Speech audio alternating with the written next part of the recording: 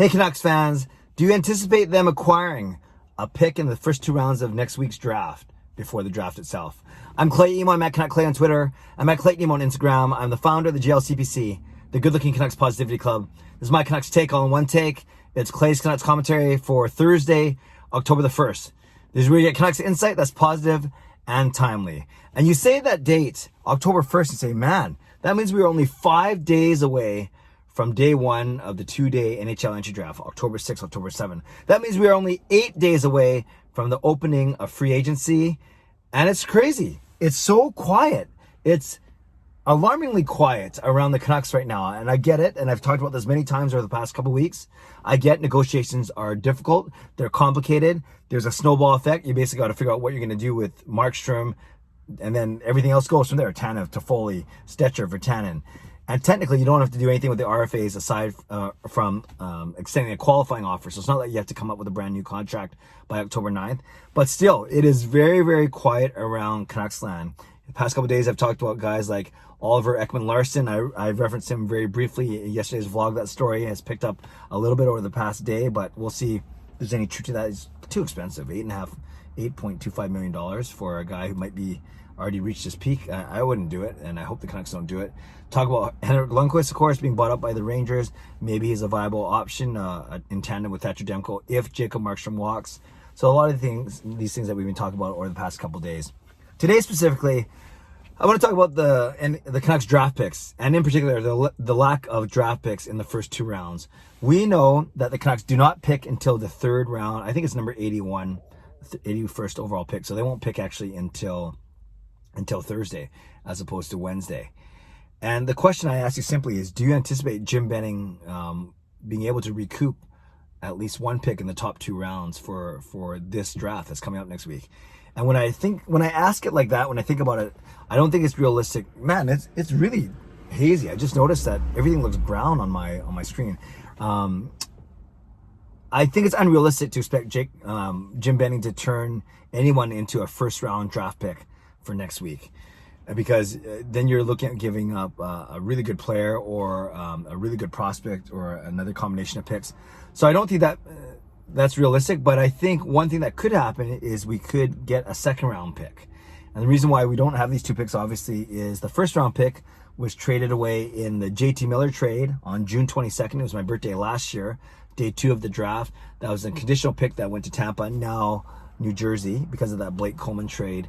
But in essence, if the Canucks would have missed the postseason this year, then we would have kept our 1st round draft pick, and then the 2021 draft pick, no matter what happens next season, would have been Tampa's, i.e. New Jersey's. But the fact that we made the playoffs this year officially, and then that means New Jersey got the pick this year, and we know that to be in the bottom 3rd, number 2021, which is good, although it's a deep draft.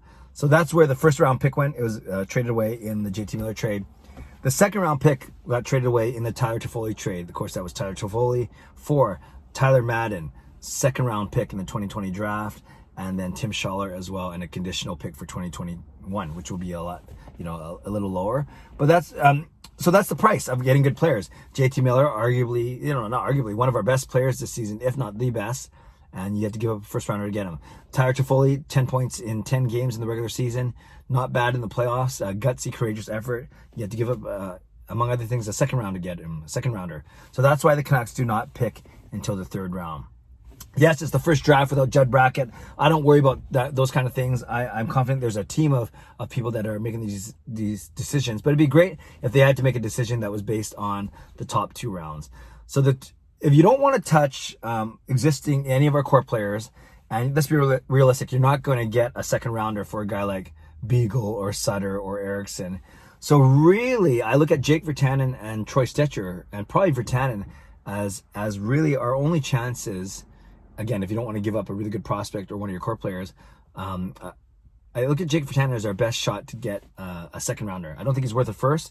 I don't think anyone would give up a 1st, but he could be worth a 2nd, whether low 2nd, high 3rd, or maybe a combination in there to get a 2nd off of a team. And I think that's the Canucks' best bet. So if the Canucks, think that they're not going to sign Virtanen, or they're afraid of what the arbitrator may say if it goes to arbitration, you might want to move him now already and let the next team worry about worry about Jake Virtanen's next contract, and then a team with maybe more cap, right? More cap room, whatever it may be. And to me, he seems like I don't know, a team would do Jake Virtanen straight up for a second, but it could be Jake and another lower pick, like a 5th, 6th, or 7th for a second. Maybe that's something that a team would do. I don't know. I'm not a draft expert. I'm not a valuation expert, so I don't know for sure. So when I say Jake for a second, does that sound like too much for Jake? Like you need to throw in something more? And if you do throw in something more, what would that something more be if you don't want it to be another player? I guess it is a later round draft pick, so it's something to think about. So I would love to know your thoughts. Do you think Jim Benning should try and acquire a pick in the top 2 rounds for next week's draft? And if so, would you agree that Jake Virtanen realistically is the best asset that could be a part of a deal for a draft pick? And if it's not enough of just Jake, let me know what else or who else you think you might have to throw in. Let me know. I would love to know what your thoughts on this, especially as we're now within a week from the draft, a week away, and then 8 days away from the start of free agency. And as you know, the Canucks have a lot of decisions to make on a lot of guys still. So buckle up. I keep saying it's going to be a fun ride, but it's been 4 weeks of no ride yet. So hopefully this last week will make up for it. Leave a comment below. Jake Virtanen, draft pick.